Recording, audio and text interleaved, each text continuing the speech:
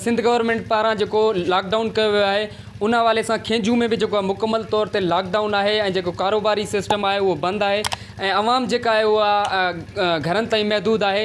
इंतिज़ामिया जेका आहे उन फुल प्रूफ जेके आहिनि इंतज़ामात कया आहिनि ऐं चौकनि ते जेको आहे पुलिस जा एहलकार जेके आहिनि मुक़ररु कया विया आहिनि। ऐं इन हवाले सां असीं हितां जे माण्हुनि रहवासियुनि खां पुछंदासीं त जेके मज़दूर तबिके जा माण्हू आहिनि उन्हनि खे कहिड़ी तकलीफ़ुनि खे ॾियणो थो पए। माण्हू रोज़गार कोन्हे ऐं कमाइण वञूं था, ॿार बचा बंदि पिया आहिनि, दुकान 100-500 रुपया ॾियारी उहे बंदि पिया आहिनि। हाणे असां ग़रीब माण्हू वञूं काॾे न। कहिड़ो मुतालबो कंदो? मुतालबो इहो आहे गवर्नमेंट सां ग़रीब जी मदद कई वञे, को राशन मिले, को खंडु चांहि गिहु मिर्च। असां ग़रीब माण्हू बच्चा ॿार छॾे करे काॾे वञूं?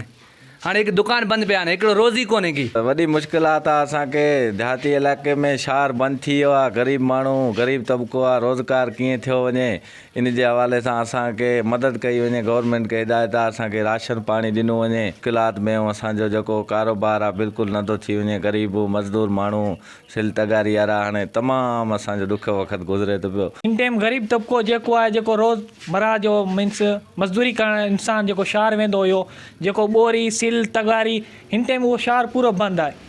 हिन टाइम ग़रीब तबिको ॾाढो परेशान आहे। जेके सिल तगारी ते कमु कंदा हुया, जंहिंजो खाद ते कमु हूंदो ॿोरियूं खणणु, उहे ॾाढा परेशान आहिनि। हुकूमत खे इहो असां अर्ज़ु कयूं था त उनखे राशन पाणी ॾिनो वञे ऐं खाधे पीते जो सामान ॾिनो वञे।